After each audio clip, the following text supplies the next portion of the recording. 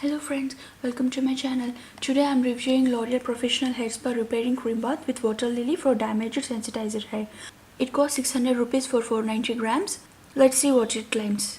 This repairing cream bath is enriched with water lily and purified water. It also has cationic agents known to help repair damaged hair. Through massage, it leaves your hair looking healthier, visibly soft and shiny.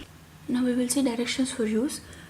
Use alone or mix with a hair spa scalp concentrate. Apply on shampooed towel dried hair. Massage thoroughly into hair and scalp for 20 minutes. It comes in a blue color plastic tub with silver color cap.